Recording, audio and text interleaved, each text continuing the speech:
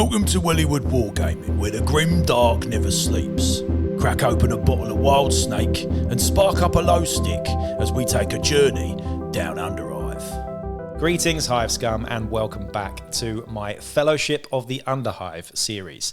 In part 1, we kit-bashed, theory-crafted, converted, and sculpted my own version of a Fellowship of the Ring, a Lord of the Rings crossover into the 40k universe, something that I've always thought about doing but never quite got round to doing. I'm pretty happy with the results though. If you haven't seen that video, please go check that one out. Make sure to like and comment. Let me know which one is your favourite, but we kit-bashed up a Gandalf, a Boromir, an Aragorn, and all the other characters from Tolkien's Lord of the Rings. In this video, though, what we're going to do is actually paint all of the miniatures, and then by the end of this video, depending on how good or bad they look, I'm going to be doing a part 3, which will be a Necromunda custom scenario, which I'm going to make up, and it's going to be a sort of 40k sci-fi Necromunda take on the Battle of Amon Hen. So stay tuned for that one as well. Let's go and have a look to see how these miniatures look once they've been primed.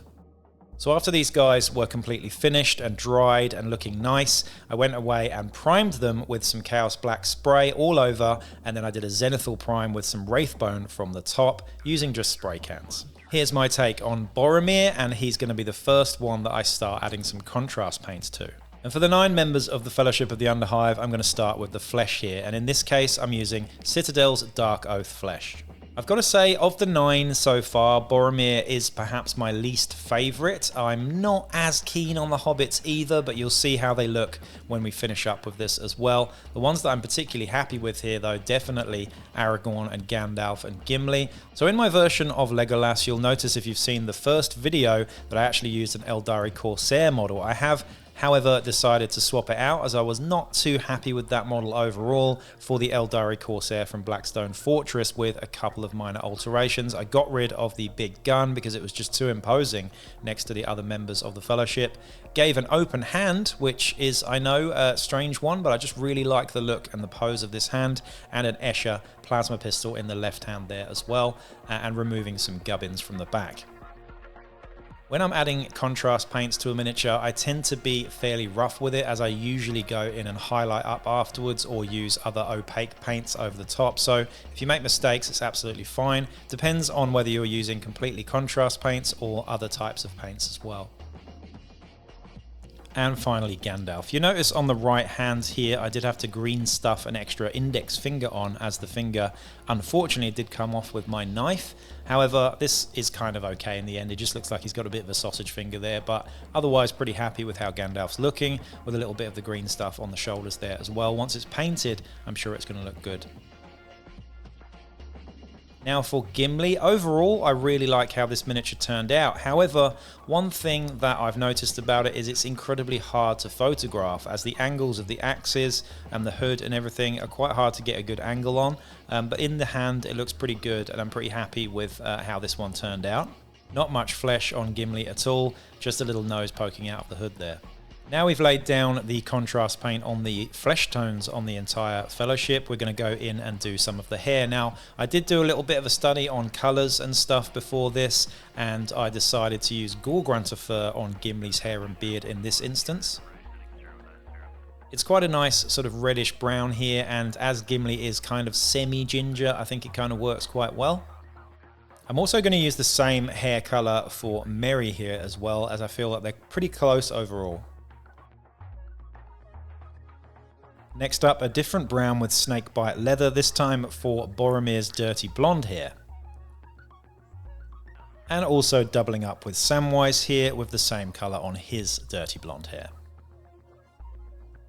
Next up, we're going to be using probably my favourite Citadel contrast brown, and this one is Wildwood, a lovely deep chocolatey brown here, and this will be used for all of the members with darker hair, Frodo, Pippin, and I believe Aragorn as well.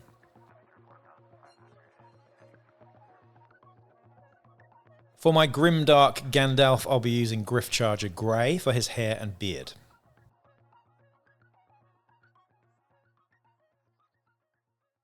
For Gandalf's robes, I've decided to go a bit darker than how he appears in the movies and in The Lord of the Rings. We're going grimdark here, so I've chosen to take one of the dark greys from the John Blanche Army Painter set here, and this is going to be the colour of the robes.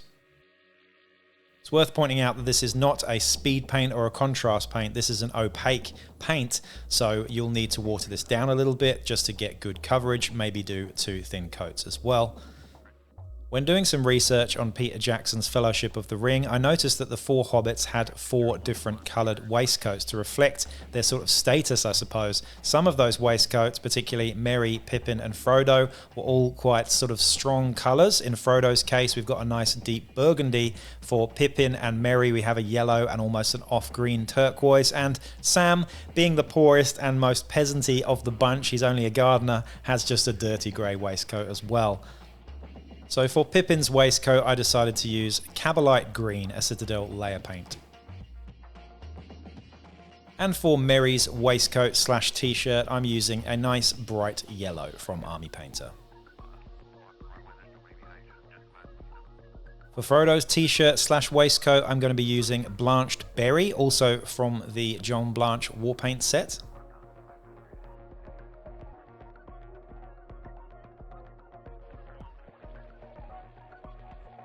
And to tie everything together in my Fellowship of the Underhive, I decided to give all of the Fellowship nice olive green cloaks and trappings. So we've gone for Midnight Olive, also from the John Blanche set here as well. This is pretty close to what the cloaks look like in the Fellowship of the Ring as well. Back to contrast paints here with Black Templar. This is going to be used on all of the las guns and other pistols and equipment that the Fellowship have, including the binoculars in Aragorn's left hand. A slightly lighter green here in Tainted Garden, also from Army Painter. This one I'm going to be using mainly on Legolas, on any other sort of lighter green details that I want to use.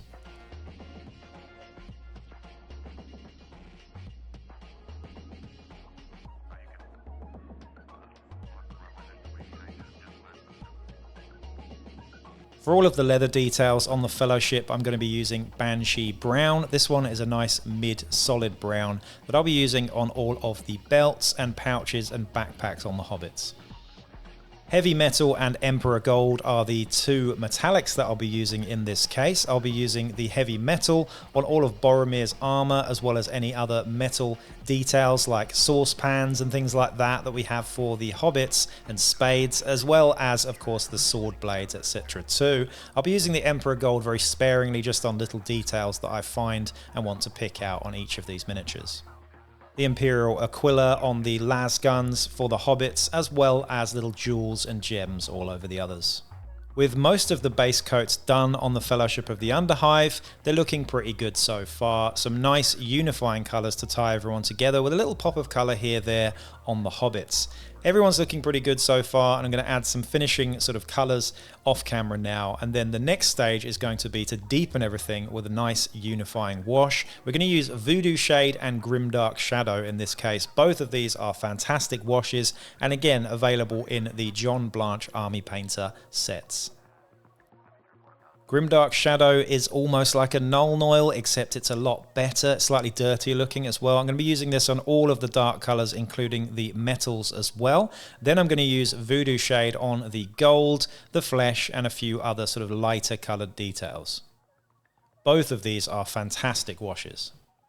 With those 2 washes added, you can see that everything is more unified and tied in. We have deeper shadows in the recesses, and everything's looking pretty grimdark so far. So now we're going to go in with our first highlight. In this case, we're going to use Citadel's Eshin Grey. This is going to be used as a layer, just a sort of edge highlight on the black and the very dark grey of Gandalf's robe here too. After I'm done with the Eshin Grey, I'm going to go back to Gandalf's robe and some of the blacks actually with another layer paint here and do a final edge highlight with Administratum Grey. This one is quite a jump actually from Eshin Grey. It's a little bit harsh, but I'm confident with it, so I'm just going to do a tiny weeny bit of a highlight here with this Administratum Grey.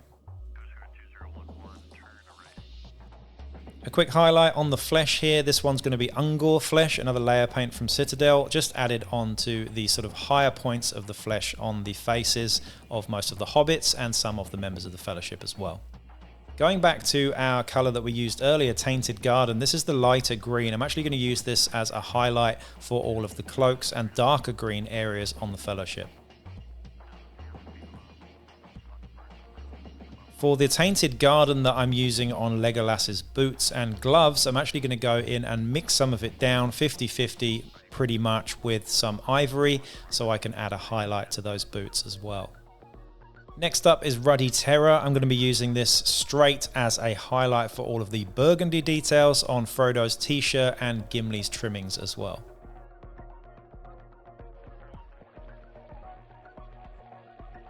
We're then using Citadel Gorthor Brown as an edge highlight on all of the leather details, straps, boots and buckles, etc.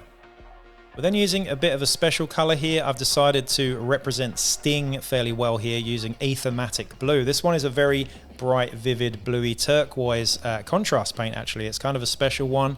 It's very vivid, and I'm using this on the blade for Sting, his knife in his hand here. I'm also going to use it for the gem that's hanging down from Legolas's belt there as well. I feel like this is quite a nice, glowy, close sort of ethereal match for Sting actually, so I'm pretty happy with how this turned out.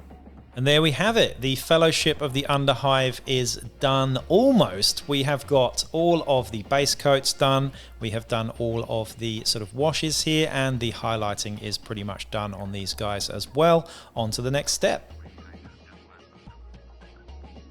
Now the Fellowship of the Underhive is not quite grimdark enough without an oil wash. So what I'm going to do here is 50-50 mix of burnt umber and ivory black. I'm going to mix that with a solvent, an odorless mineral spirit in this case, and we're going to create an all-over wash for my Grimdark Fellowship of the Underhive. This will help add further depth to the miniatures, unifying everything and making things far more grimdark than they are with such pronounced highlights. Now you only need a little bit of oil paint, not much at all. In this case I'm actually probably using too much here, and you'll know how much of the spirit to add. You want a fairly light wash here. I'm not going to go too heavy and thick with it. I do want to add a fairly watery wash here, as I don't want things too dark and dingy looking. Most of the colours on these miniatures are fairly drab anyway, despite the highlights, so I don't want to go too crazy with this. This is mainly just to add an extra level of depth and a matte finish to these models. It's worth noting actually, before I got to this step off camera, I did do a gloss varnish all over these guys just to sort of tie things together, because I did notice that when I've previously used some of these Army Painter paints, if I'm not careful, the paints can come off a little bit if you don't lock them in with some varnish, especially if you're heavy-handed with a cotton tip. Mix in your mineral spirits with an old brush here, and just make sure that you're turning this around and you're mixing and mixing as long as you can to break up any particles or little bits of oil and grit. You want things really smooth here with your wash, just so that we haven't got any big chunks of oil on the miniature. We can then load up our brush with the oil mixture and just douse the Fellowship of the Underhive with this wash. Now you can wait for this to cure for a little while, but in this case I'm just doing a fairly light wash, so I'm going to go straight in with a Q-tip here and just remove any of the excess oil paint, leaving it in the recesses using some clean cotton buds. Now you'll need to grab quite a few cotton buds for this. I'd say at least 1 or 2 for each of these miniatures, just to sort of soak up any of the oil paint and residue that's left on any of the flat surfaces. Make sure you're not too abrasive with this. A dabbing or sort of rolling motion is preferable here. With the oil wash nearly dry, we're going to go straight in with some Vallejo pigments. I'm going to be using a sort of burnt umber, and then on top of that I'm going to be using a yellow to sort of signify the ash wastes, what I view as a sort of desert wasteland in this case. I'm going to get an old brush here, and I'm just going to stipple this onto the base and push it into all the recesses as much as possible. Now, in retrospect, it probably would have been good to actually paint the base in a colour first, perhaps a darker colour, but I didn't in this case, and now what we have is a very dirty, horrible looking, yucky white shining through everything, which actually I'm kind of okay with, to be honest. It's very different to the contrast on the miniatures, so I'm fairly happy with the result here, but if I had more time to spend on these bases, I probably would do a bit more with them. Once I've laid down the pigments, I'm then going to hit everything from above with a nice matte varnish. I'm using Winsor & Newton matte varnish in this case, and just spraying it all over the miniature. This does actually lock in some of the pigments and darkens them down a little bit too. Okay, so here we have it. The Fellowship of the Underhive is complete. What do you think? Let me know in the comments which one is your favorite, whether you think I could have done a much better job. I'm absolutely no pro painter. I suppose I have my own style, but I'm pretty happy with the sort of overall color palette that I used here. I think the greens and burgundies particularly look very good on this Fellowship, and from a distance and up close, to be honest, it definitely looks like the Fellowship of the Ring. So pretty happy with this. Of course, Gandalf is definitely a lot more grimdark than he would be in the Lord of the Rings. In fact, all of them are. I've got my own version of Legolas being a sort of female in this case, which I'm kind of happy with as well. And yeah, let me know what you think. I think my least favorite member here is probably Boromir. He just didn't turn out as well as I'd like. I may go in at a later date and redo some of the highlights, particularly on the skin actually, and maybe some of the details on the hobbits. But please do like, share, subscribe, and check out the Patreon as well if you'd like to support me further, and I'll be back with another video, part 3, real soon. Peace out.